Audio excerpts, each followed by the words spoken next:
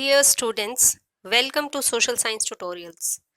We are back with another video to help BA program semester 2 students in political science subject. The book titled Indian Government and Politics. We will discuss one question for your assignment. If you are new to our channel or haven't subscribed yet, then subscribe Social Science Tutorials.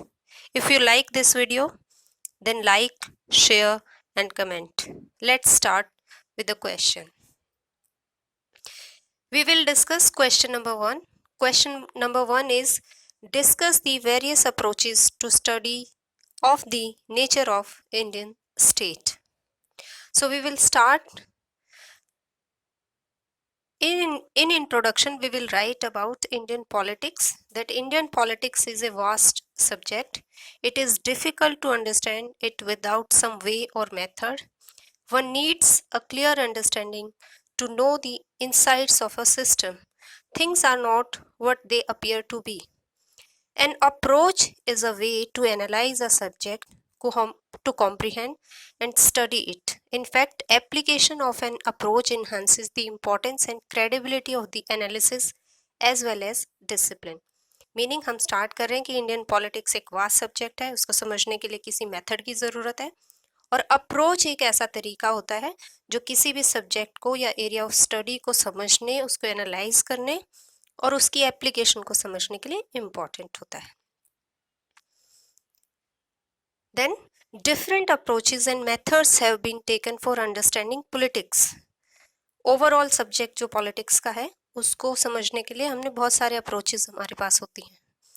Broadly, there are two categories in which approaches to study the Indian politics may be classified.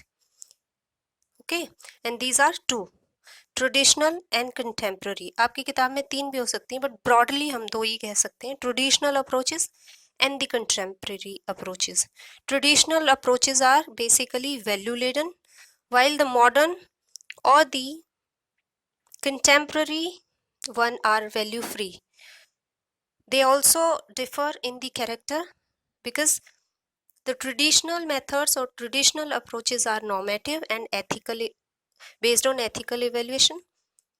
They are historical, philosophical and descriptive in nature, while on the other hand the modern approaches or the contemporary approaches are empirical in nature. That means वो ज़्यादातर studies field based study होती हैं, जबकि traditional जो studies हैं वो ज़्यादातर descriptive होती हैं, हिस्टोरिकल होती हैं, फिलोसफिकल नेचर में होती हैं. ये एक आप अपनी जो असाइनमेंट है उसके अंदर ये बना सकते हैं एक फिगर के तौर पे. पूरा जो आपका असाइनमेंट है उसमें कुछ कुछ चीज़ें ऐसी दिखनी चाहिए कि आप ये चीज़ें समझ पा रहे हैं. तो approaches to study Indian politics, यहाँ पे दोनों तरह की अप्रोचेस के जो टाइप्स हैं वो हमने लिख दिए हैं. कंटेम्प्रेरी अप्रोचेस में behavioural, post behavioural, power approach, Marxist approach, subaltern approach, system approach, interdisciplinary approach, structural functional approach, communication approach, Gandhian approach और फेमिनिस्ट अप्रोच आती हैं. जबकि ट्रेडिशनल में philosophical, historical, legal and institutional approach आती हैं. अब हम इंडियन जो स्टेट के लिए इन्होंने पूछा है ना, द इंडियन स्टेट, तो इंडियन पॉलिटिक्स के जो डिफरेंट स्टेटस हैं उनको पढ़ने के लिए ये इतनी सारी अप्रोचेस होती हैं, बट इंडियन स्टेट को पढ़ने के लिए इतनी सारी अप्रोचेस नहीं है. स्टेट के ऊपर 3 तरह की ही बातें हम करेंगे जो हम आगे नेक्स्ट जो वो हमारी स्लाइड्स हैं उसमें डिस्कस करते हैं. ओके, सो स्टेट के लिए सबसे पहले हमने समझना होगा that what is state. State is the most commonly used term in politics. Up to the first half of 20th century, political science was concerned with the study of the phenomena of the state in its various or varied aspects and relationship, as distinct from family, tribe and nation, and from all above association and groups. तो private जो भी मामले हैं और government के जो मामले हैं, स्टेट के मामले, ये डिफरेंट तरीके से देखे जाते थे. State is a sovereign political institution in a country. किसी भी देश के अंदर जो सॉवरन पॉलिटिकल इंस्टीट्यूट होता है वो स्टेट कहलाता है. जैसे आप नेशन स्टेट का भी आपने कॉन्सेप्ट पढ़ा है. इंडिया एज ए स्टेट अगर हम कह रहे हैं तो एक कंट्री है, उस कंट्री का अपना पॉलिटिकल जो संस्थान है जो कि दूसरों के ऊपर डिपेंडेंट नहीं है, किसी और देश पे डिपेंडेंट नहीं है, सोवरेन है, वो कहलाती है स्टेट।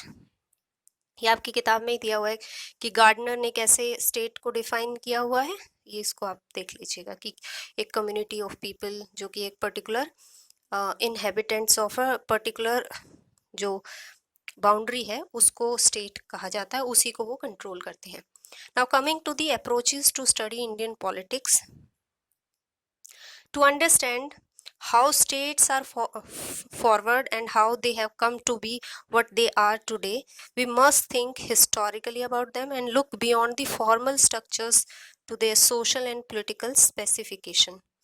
कि आज के टाइम पे जिस तरह से हमें स्टेट दिखाई देती हैं वो समझना ज़रूरी है हिस्टोरिकली वो कैसे बनी है, उनके ऊपर क्या क्या इफ़ेक्ट, किन किन फैक्टर्स का इफ़ेक्ट रहा है, ये सब चीज़ें देखने की ज़रूरत होती है। Various attempts have been made to understand the politics of India, जैसे हमने ऊपर अप्रोचेस जो पढ़ी हैं। Though there is no rational view on the formation of the state, but mainly two approaches interpret the nature of Indian state. तो mainly दो ही हैं, but हम तीसरी एक और अप्रोच को भी पढ़ते हैं। These are liberal and Marxist. The third approach, Gandhian approach, also influenced the social activists and politicians, thus has shaped Indian state's nature.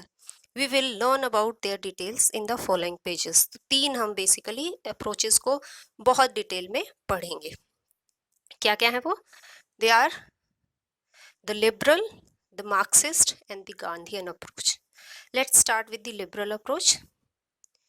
इसका काफ़ी कुछ टेक्स्ट मैंने आपकी किताब से लिया है, कुछ टेक्स्ट को कम कर दिया है, तो ये आप एक बार देख लीजिएगा, बुक के अंदर भी आपको ये दिख जाएंगी चीज़ें। बट क्योंकि ऐसा नहीं है ना कि वर्ड टू वर्ड हमें सारी चीज़ें ही देखनी है, तो मैंने कुछ कुछ चीज़ें थोड़ी छोटी करी हैं, कुछ अदर सोर्सेज से कुछ चीज़ें आपको ला के दी हैं, वो भी आगे अभी हम बात करेंगे उस पर। The liberal approach stresses on institution and processes as the key to understand the state and political power. This approach dominated the study of Indian state politics for around 4 decades, from 1950s to 1990. It recognized the need for development and social change. तो इस तरह के मुद्दों पे जो जहाँ पर भी बात की जा रही है कि India as a nation state, development का डिस्कोर्स है, सोशल चेंज का जो डिस्कोर्स है, वो सारा लिबरल अप्रोच से पढ़ा गया कि किस तरह से इंडियन स्टेट को इंडिया की डेवलपमेंट के लिए और सोशल चेंज के लिए काम करना चाहिए. The liberal democratic form stands on the foundation of democracy. It sees the state as a democratic state where rule of the people is implemented with freedom of speech and expression, free and periodic elections, a responsible and accountable government, independent judiciary, rule of law, etc. तो ये सारी चीज़ें हैं जिन चीज़ों पर, इतने सारे factors हैं जिन पे लिबरल अप्रोच किसी भी स्टेट के नेचर को पढ़ती है, और इंडिया में भी ये जो सारी पॉइंटर्स बताएं, इन पॉइंटर्स पे ही लिबरल अप्रोच ने इंडियन जो स्टेट है उसको समझने की कोशिश की है. जिन्होंने भी इन पॉइंट पे समझा है वो सब लिबरल लोग हैं. Through rule of law, it prevents chaos and anarchy in the society, which restricts absolute freedom but creates freedom within the law for all citizens. तो एक तरह से ये है कि एब्सोल्यूट भी सबको फ्रीडम नहीं है, लेकिन फिर भी एज इंडिविजुअल्स हमारी जो फ्रीडम है विद इन द लॉ वो कहीं ना कहीं ये सिक्योर करने की कोशिश करती है. This approach emphasize the primacy and independence of political processes. ये मैंने कुछ कुछ चीज़ें हाईलाइट कर दी, तो आप अपने उसमें इनको या तो अलग कलर से लिख सकते हैं या फिर आप इनके नीचे अंडरलाइन कर सकते हैं. This is evident from the writing of Rajni Kothari, Rudolph and Frankel. Liberal scholars have stressed the need of acceptance of the centrality of the state as an autonomous actor or relative autonomy, where state has to play a highly interventionist developmental role. यानी कि state का जो role है वो बहुत ज़्यादा intervention करने वाला रोल माना गया है. यानी जैसे भारतीय जो राज्य है, भारत एक देश के तौर पे सरकार को हम स्टेट नहीं कहते, लेकिन जो सरकारी तंत्र है उसको हम स्टेट कह सकते हैं. तो वो तंत्र कहीं ना कहीं, अगर मान लीजिए आपके फंडामेंटल राइट्स हैं वो फंडामेंटल राइट्स को कोई वायलेट कर रहा है तो स्टेट उसके अंदर इंटरवेंशन कर सकती है। स्टेट बहुत सारी चीज़ों में इंटरवेंशन करती है, इसीलिए चाहे वो शिक्षा के इश्यूज हों, चाहे वो आपके लॉज के इश्यूज हों, तो टाइम टू टाइम जब को ज़रूरत होती है तो वो कहीं ना कहीं हस्तक्षेप करने की कोशिश करती है।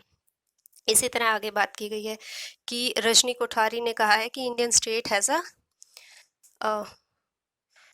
प्लूरल आइडेंटिटीज को जो है कहीं ना कहीं ये कैरेक्टराइज करती है इंडियन सोसाइटी, इसलिए डोमिनेंट पॉलिटिकल सेंटर भी भारत का जो स्टेट है उसके कैरेक्टर में हमें दिखाई देता है, और कहीं ना कहीं प्लूरलिस्ट टॉलरेंस और जीनियस फॉर इंटीग्रेशन भी कहीं ना कहीं हमें इंडियन जो डेमोक्रेसी है उसके कैरेक्टरिस्टिक्स में दिखाई देता है। ये आप एक बना सकते हैं, क्रक्स है ये, core of the liberal approach, core elements हैं ये लिबरल अप्रोच के।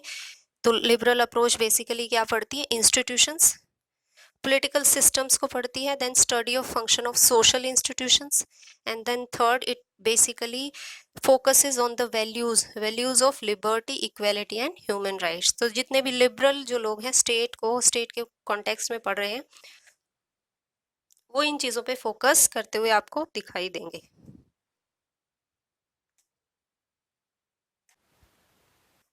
ये नेक्स्ट जो है मॉरिस जॉन्स का लिखा हुआ है, ये आपकी किताब में ही है इसलिए मैं इसको बहुत ज़्यादा डिस्कस नहीं कर रही हूँ। बेसिकली ये बात करते हैं कि किस तरह कैपेसिटी ऑफ पॉलिटिकल इंस्टीट्यूशन है उसको किस तरह से इकोनॉमिक और सोशल चेंज के कॉन्टेक्स्ट में डिस्कस किया गया है, और डेमोक्रेटिक इंस्टीट्यूशंस इंडिया के जो स्टेट के इंस्टीट्यूशंस हैं वो कैसे काम करते हैं उसके बारे में लिबरल्स बात करते हैं। तो ये 3 पॉइंट्स हैं, इनको आप हाईलाइट कर देना। आगे हम बात कर रहे हैं the liberal critic of the Indian state, कि लिबरल्स जो हैं वो क्रिटिक कैसे करते हैं इंडियन स्टेट के, जिसमें mainly the writings of Rajni Kothari, Atul Kohli, Rudolphs और मिरडाल आते हैं। मिरडाल बेसिकली जो इंडियन स्टेट है उसको कहीं ना कहीं वो ये मानते हैं कि Indian state is like a soft state, जो कि बहुत ज़्यादा जिसके पास पावर नहीं है, और इसी के चलते the consequence of this softness has been the growth of left-wing extremists like Naxalites। अगर हार्ड स्टेट होती तो नक्सलाइट जो है डेवलप नहीं हो सकते थे। उसी तरीके से रुडोल्फ ने भी कुछ बातें कही हैं कि जो इंडियन स्टेट है that has a characteristic of a weak और स्ट्रॉन्ग स्टेट, कि कहीं पे ये वीक दिखाई देती है, कहीं पे ये हमें स्ट्रॉन्ग दिखाई देती है। It is strong because of the large basic industries, ideology of secularism, democracy, socialism and mixed economy that has minimized the conflict in the society, and it is weak because of the caste class conflicts, religious fundamentalism and communalism। तो कहीं ना कहीं Indian state के दोनों ही रूप दिखाई देते हैं। फाइनली हम कह सकते हैं thus the overall focus of this approach was to study consensus and conflict management in political institutions of Indian state, कि इंडियन स्टेट के जो डिफरेंट सिस्टम जो इंस्टीट्यूशंस हैं वो कैसे एक कंसेंसस बनाने में और जो कॉन्फ्लिक्ट है उसको मैनेज करने की तरफ लगे रहते। तो कहीं ना कहीं ये सोशल चेंज बहुत ज़्यादा हो जाना और पूरे सिस्टम को चेंज कर देना, ऐसी बातों के ऊपर बात नहीं करते हैं, बल्कि ये एक सिस्टम के अंदर ही सिस्टमिक जो चेंजेस होते हैं उनको डिस्कस करते हैं। Now coming to the Marxist approach, in Marxist approach, political economy is the vital factor. State is the most important vehicle of economic development। अब मार्क्सिस्ट ये मानते हैं कि सब कुछ चीज़ें इकोनॉमी पे डिपेंड करती हैं, और रोल का जो रोल है स्टेट का वो बहुत ही इम्पोर्टेंट होता है किसी भी सोसाइटी में इकोनॉमिक डेवलपमेंट होने का, यानी आर्थिक विकास में स्टेट का काफ़ी अच्छा खासा रोल होता है। It ascribe a partisan role to the state in the ongoing class struggle between the ruling class and the rule। Marxism में जो है क्लासिकल जो एक कॉन्फ्लिक्ट बताया गया है वो कॉन्फ्लिक्ट डिफरेंट क्लासेस के बीच में बताया गया है जो कि रूलिंग क्लासेस हैं या रूल्ड क्लासेस हैं जिनके ऊपर रूल किया जा रहा है। Further, Marxists argued that the stage emerged historically along with the division of society into a ruling class that has enjoyed leisures and privileges while the mass of people were limited to make a living and were exploited as slaves and proletariats in the overall evolution of society from the ancient period to the modern one. वो basically Marx का पूरा जो study था वो study यही बात करती कि हिस्टोरिकली दो ही तरह की क्लासेस रही हैं, एक जिनके पास पैसा रहा है, इकोनॉमिक साधन रहे हैं, और वही लोग रूलिंग क्लास में रहे हैं और उन्होंने सब जो भी सुख सुविधाएं वो भोगी हैं, जबकि जो ज़्यादातर लोग हैं उनके पास लिमिटेड ही रिसोर्सेज होते हैं और वो बस अपने खाने पीने की जो ज़रूरतें हैं उनको पूरा कर पाते हैं और वो हमेशा एक्सप्लॉयटेड रहते हैं। तो स्टेट जो है हिस्टोरिकली इन्हीं डिविजन ऑफ सोसाइटीज़ में मिलकर बनी हुई है। तो मार्क्सिस्ट अप्रोच अब इंडियन जो कॉन्टेक्स्ट है उसमें भी इन्हीं चीज़ों को पढ़ने की कोशिश करती है। Now coming to the basic tenets of Marxist approach in study of Indian state, तो वो क्या क्या चीज़ों को देख रहे हैं। डायलेक्टिक मटेरियलिज्म बेसिकली दो ऑपोजिशंस की हमेशा बात करता है। उसमें सोशल रिलेशंस ऑफ प्रोडक्शन और distribution of produce and resources की बात होती है। Class struggle and class relationships पे इनका फोकस होता है। And then new Marxist framework के अंदर पीजेंट्स एंड फार्मर्स और वर्किंग क्लास के जो मूवमेंट्स इंडिया में हुए हैं उन पे फोकस किया गया है और उसमें रोल ऑफ स्टेट क्या है, स्टेट किस तरह का इंटरवेंशन देती है या नहीं देती है, वो सारी चीज़ें इन मूवमेंट्स के थ्रू स्टेट का क्रिटिक या स्टेट के फेवर में जो भी बात है वो कही गई है। ये बहुत इंपॉर्टेंट अगला जो पॉइंट है वो देखें आप कि Marxist approach analyse the state by using these parameters. उसके पास ये चार पैरामीटर हमने दिए हैं। It sees state as a representative of class interest in term of control and influence, कि कहीं ना कहीं जो क्लास इंटरेस्ट हैं उनको रिप्रेजेंट करती है स्टेट, कि कौन कंट्रोल करेगा और कौन इन्फ्लुएंस करेगा। How state formulates policies for property and poor classes, तो जो भी पॉलिसीज बनाई जाती हैं वो पुअर के हित में बनाई जाती हैं या वो अमीरों के हित में बनाई जाती है। इस तरह का जो क्रिटिक है और जो एनालिसिस है that is done by the Marxist philosopher, Marxist academicians। Development of the state and ideological influences और ओरिएंटेशन ऑफ द स्टेट, की आइडियोलॉजिकली जो है स्टेट किस तरफ झुकाव है उसका, उस चीज को भी मार्क्सिस्ट देखते हैं।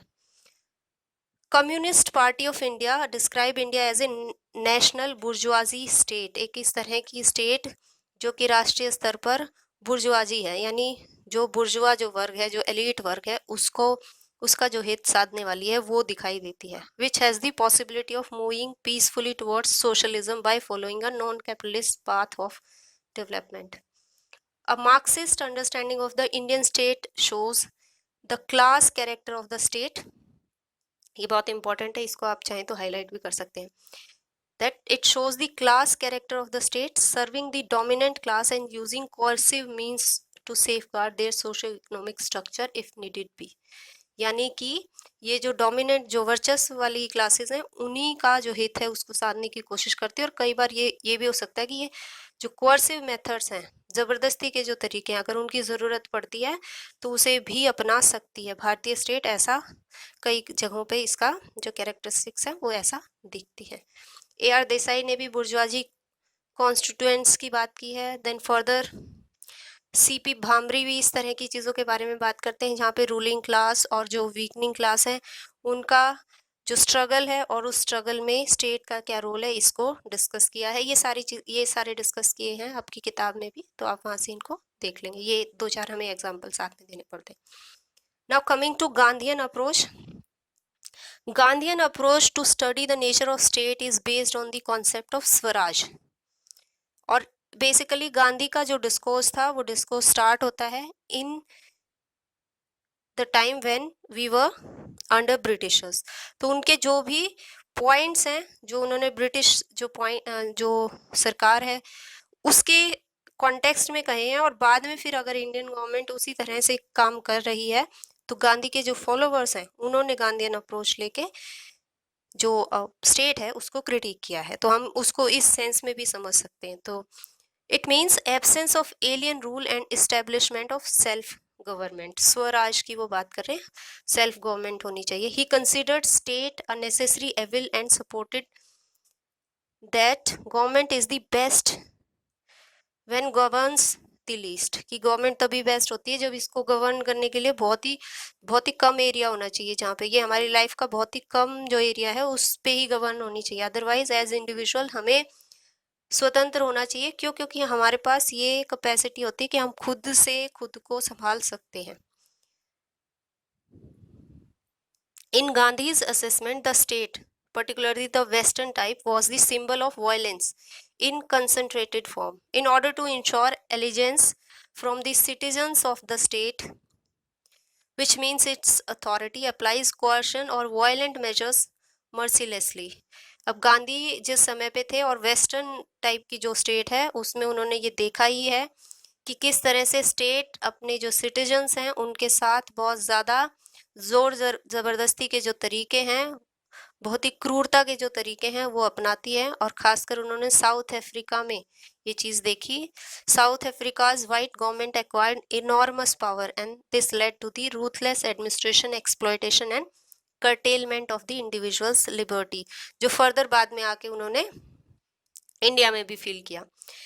Gandhi treated both state and violence और कोअर्शन सिनोनिमस, यानी कहने का मतलब ये कि अगर स्टेट और वायलेंस को एक दूसरे का ही सिनोनिम मानते थे। He further says that there is a state but not violence और कोअर्शन इन एनी फॉर्म। ऐसा संभव नहीं है, we can not imagine that. He said that a political organization based on violence would never receive his approval. Rather, he is always afraid of such an organization. What he felt about the Western state system is quite explicit in a comment which he made. I look upon an increase in the power of the state with greatest fear, because although while apparently doing good by minimizing exploitation, it does the greatest harm to mankind by destroying individuality, which is at the root of progress. कहने का meaning यही है कि जितना ज़्यादा government जो है, चाहे बेशक से वो जो दूसरे ह्यूमन बींग्स हैं उनका एक्सप्लॉयटेशन कम करने के लिए ज़्यादा से ज़्यादा पावर अपने हाथ में ले रही है, लेकिन जितना वो पावर को अपने हाथ में लेती जाएगा उतना ही जो इंडिविजुअलिटी है और इंडिविजुअल जो फ्रीडम है वो कहीं ना कहीं ख़त्म होती जाएगी। और इंडिविजुअलिटी अगर ख़त्म होगी तो फिर प्रॉब्लम है। गांधीयन पॉलिटिक्स के जो पॉइंट्स हैं वो आप इस तरह से एक बॉक्स बनाएंगे जिसमें ये लिख सकते हैं, Gandhian politics underline significance of truth, non violence, ethics, purity of means and ends, यानी जिस तरह के साधन आप यूज करेंगे और जिस तरह की उद्देश्य आपके होंगे वो प्योर होने चाहिए। वो अगर प्योर नहीं होंगे तो कहीं ना कहीं जो चीज़ अच्छी चीज़ पाना चाहते हैं उसके लिए आपको अच्छे ही साधन अपनाने पड़ेंगे। प्रिंसिपल्स ऑफ ट्रस्टीशिप, सत्याग्रह, स्वराज, ये सारी चीज़ें थी जो कि उनकी जो अप्रोच है उसके मेन पॉइंट्स थे। Gandhi believed that nothing could be done by applying coercion, and progress of the society cannot be achieved through the functions which the individual performs willingly. जब आप जोर जबरदस्ती करते हैं तो व्यक्ति विलिंगली कोई काम नहीं करता, और गांधी के अकॉर्डिंग अगर व्यक्ति विलिंगली काम नहीं करेगा तो कोई भी सोसाइटी जो है वो बेहतर तरीके से ना चल सकती है, ना वो प्रोग्रेस को पा सकती है।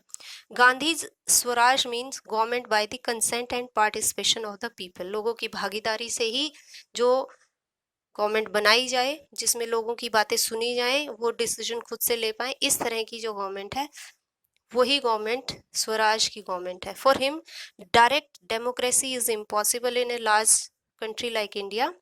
After independence the constitution makers of India adopted some features of Gandhian state. तो जैसी स्टेट की वो बात करते थे वैसी स्टेट हमने बनाने की कोशिश की है। Some of these are stress on egalitarian society, बराबरी की जब हम बात करते हैं, untouchability and special care towards the weaker sections of the society, decentralization of power through Panchayati Raj system, जिसमें हम 73rd और 74th amendment को देखते हैं।